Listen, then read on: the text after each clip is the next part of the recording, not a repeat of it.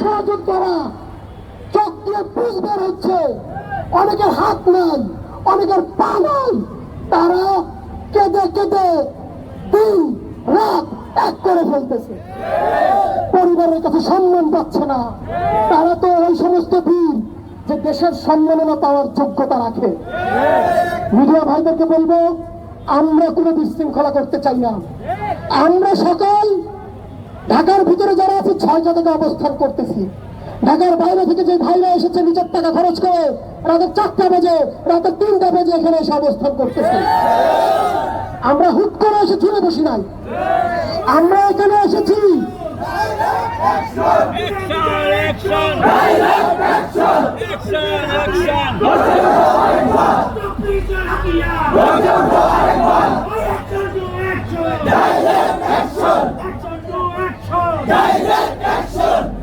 আমরা যখন সকালে এখানে আসি বৃষ্টি পড়তেছিল, তারপরে আমরা আমাদের আহত যোদ্ধা ভাইদের সাথে পরামর্শ করি, হুট করে রাস্তাঘাট আটকালে মানুষের ভোগান্তি হবে। আমরা জুলাই যোদ্ধা, আমরা দেশের বীর, আমরা দেশের সর্বোচ্চ উচ্চ মাথাবের লোক, আমরা কখনো মানুষের ভোগান্তি সৃষ্টি করতে পারি না। যার কারণে আমরা কষ্ট করে 1-2 কিলোমিটার হেঁটে গিয়ে পুলিশ প্রশাসনকে বলে গাড়িগুলো ঘুরিয়ে দিয়েছি, কোনো রাস্তায় আমরা গাড়ি আটকাই নাই।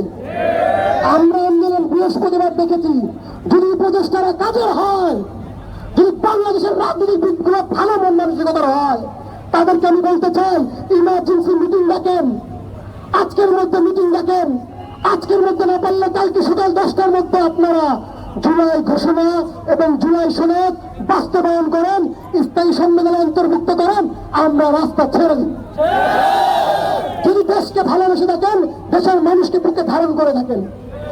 তো আমার কথা শেষ করছি, এখানে অনেক ওলামা ইকরাম আছেন, মুরব্বী আছেন, প্রত্যেক জেলার ভাইরা কথা বলতে পারবেন।